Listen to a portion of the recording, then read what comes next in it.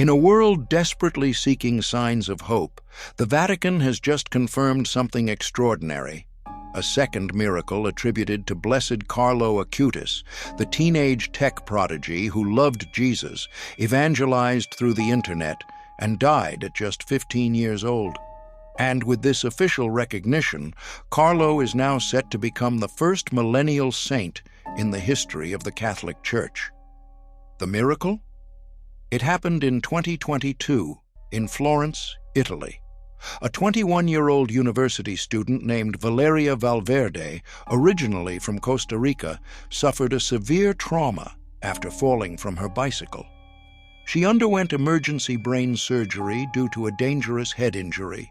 Her condition was critical, and doctors feared the worst.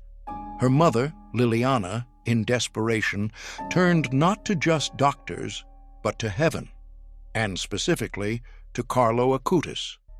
On July 8th, she visited Carlo's tomb in Assisi. She didn't just light a candle, she left a letter, a mother's plea, a cry for her daughter's life. And then something incredible happened. That very same day, Valeria, who was on the brink of death, began to breathe on her own. Within hours, she began speaking. Within days, she was walking. And later, scans revealed that her hemorrhage had vanished completely. No neurological damage, no long-term symptoms, medically inexplicable, spiritually undeniable. The Vatican spent months investigating. Doctors reviewed every report. Theologians examined every detail. And in 2024, Pope Francis officially recognized the healing as a miracle through the intercession of Carlo Acutis. This wasn't just a story. It became the final confirmation required for canonization.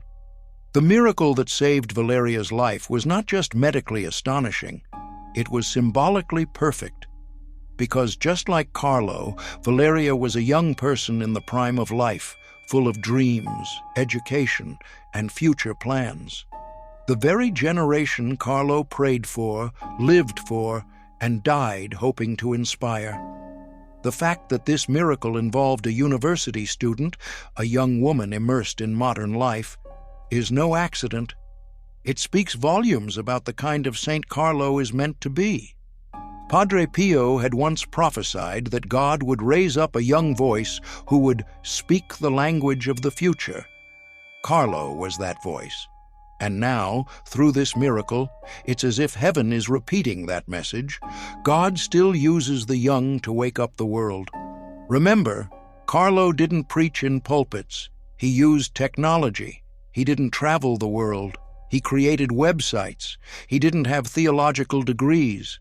But he had something more powerful, a heart on fire for the Eucharist and the courage to live like a saint in the digital age. His mission was simple but radical. To be always united with Jesus. That's my life plan. And now, even from heaven, he's still evangelizing, not just through miracles, but through his story. Valeria's healing proves something sacred. Carlo's mission isn't over. It's just beginning. He once said, "The Eucharist is my highway to heaven." Today, millions are traveling that same highway because of him. And now, his canonization will confirm what so many already believe. Carlo Acutis is not just blessed. He is a saint for now, a saint for this generation. With the confirmation of this second miracle, the Vatican has set a historic date, April 27th, 2025, during the Jubilee of Teenagers in Rome. That's when Blessed Carlo Acutis will be officially declared a saint of the Catholic Church, becoming the first canonized millennial and a spiritual torchbearer for the digital generation. And this isn't just another canonization, it's a global event. The Vatican expects more than 80,000 young people to gather in Rome for the ceremony. Teens and young adults from across Europe, the Americas, Asia, and beyond, many of them inspired by Carlo's example, will flood into St. Peter's Square to witness something most of them have never seen before. a teenager like them, in jeans and sneakers, being lifted to the altars of heaven. Carlo's mother, Antonia, has often said that Carlo was an ordinary boy with an extraordinary soul. He played video games, had a dog named Tommy, and loved football. But what set him apart wasn't talent. It was his total dedication to God in the everyday. He proved that holiness is possible without withdrawing from modern life, and his canonization sends a message.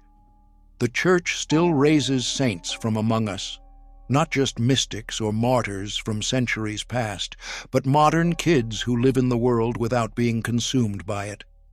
For young Catholics, Carlo is more than a role model.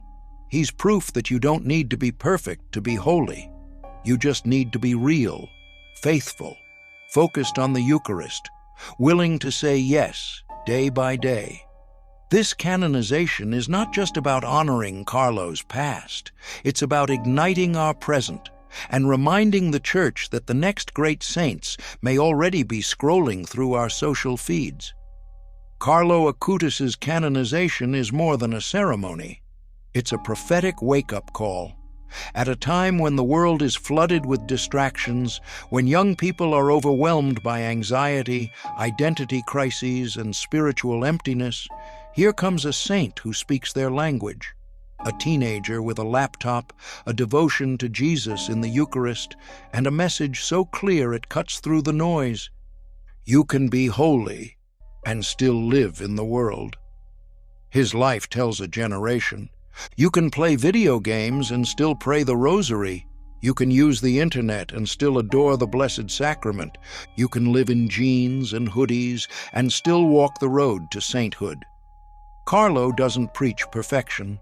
He preaches presence, being present to God, to the Eucharist, to your mission. And now, as the Church prepares to canonize him, he's becoming a symbol of revival, not in stained glass, but in the real world. Pope Francis has called Carlo a model for all youth, reminding the Church that holiness is not a luxury for the few. It is a calling for every baptized soul. And the Vatican's recognition of Carlo's second miracle isn't just a stamp of approval. It's a thunderous yes from heaven, declaring to the world, this is what a saint looks like today. So what does this mean for you? It means sainthood is not far away. It's not for some other person in some other century living some other life. It's for you, here. Now, like Carlo said, we are all born originals, but many die as photocopies. His canonization is your reminder. Don't die a photocopy. Live as the original God made you to be. And maybe, just maybe, the next miracle will come through your prayer, your offering, or your surrender. Because saints don't belong to the past. They rise in every generation.